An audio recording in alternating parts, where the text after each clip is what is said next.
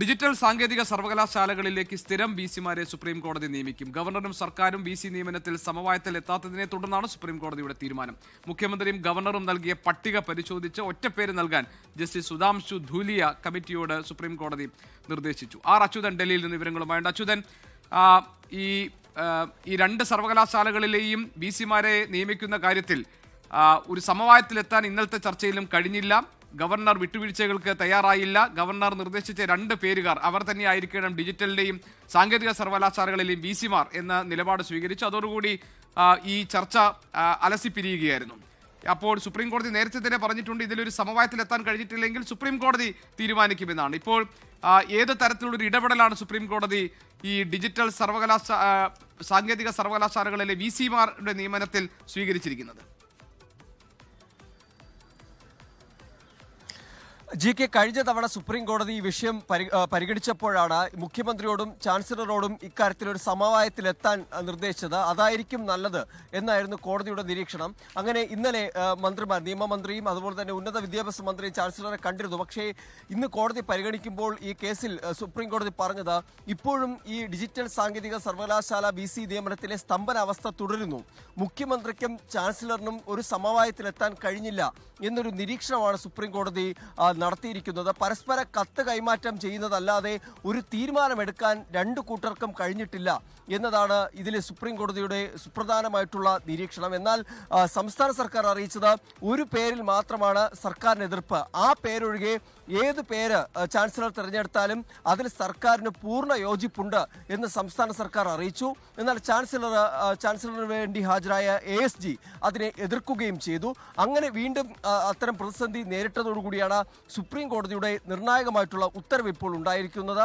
അതായത് നിലവിൽ ഈ കമ്മിറ്റി ഇതിനായി രൂപീകരിച്ചിരിക്കുന്ന കമ്മിറ്റിയുടെ ചെയർമാൻ ജസ്റ്റിസ് സുധാംശു ധൂലിയയുടെ കമ്മിറ്റി ഈ രണ്ട് സർവകലാശാലകളിലേക്കുമായി ഓരോ പേര് വീതം അത് സീൽ ചെയ്ത കവറിൽ കോടതിയെ അറിയിക്കാനാണ് ഇപ്പോൾ നിർദ്ദേശം നൽകിയിരിക്കുന്നത്. ആ വിശദമായ ഈ മുഖ്യമന്ത്രിയുടെ കത്തും ചാൻസലറുടെ മറുപടിയും എല്ലാം പരിശോധിച്ച ശേഷം ഈ ഓരോ പേരുകൾ രണ്ട് സർവകലാശാലകളിലേക്കുമായി തിരഞ്ഞെടുക്കണം. അത് സീൽ ചെയ്ത കവറിൽ ബുധനാഴ്ചയ്ക്കകം സുപ്രീം കോടതിയെ അറിയിക്കണം. വ്യാഴാഴ്ച ഈ വിഷയം സുപ്രീം കോടതി പരിഗണിക്കും.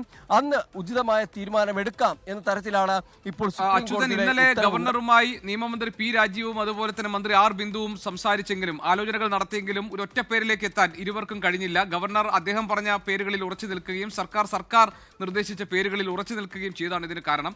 പക്ഷേ അതിനുശേഷം പിന്നീട് നിയമമന്ത്രി P. രാജീവ് വാർത്താ സമ്മേളനം വിളിച്ചപ്പോൾ അദ്ദേഹം പറഞ്ഞത് ചർച്ചകൾ ഇനിയും തുടരും എന്നായിരുന്നു. ഇനി ആ ചർച്ചകൾക്ക് പ്രസക്തി ഇല്ലല്ലോ അല്ലേ? സുപ്രീം കോടതി ഇപ്പോൾ സുധാംശു ധൂലിയ കമ്മിറ്റിയോട് പേര് നിർദ്ദേശിക്കാൻ പറഞ്ഞിരിക്കുന്ന സാഹചര്യത്തിൽ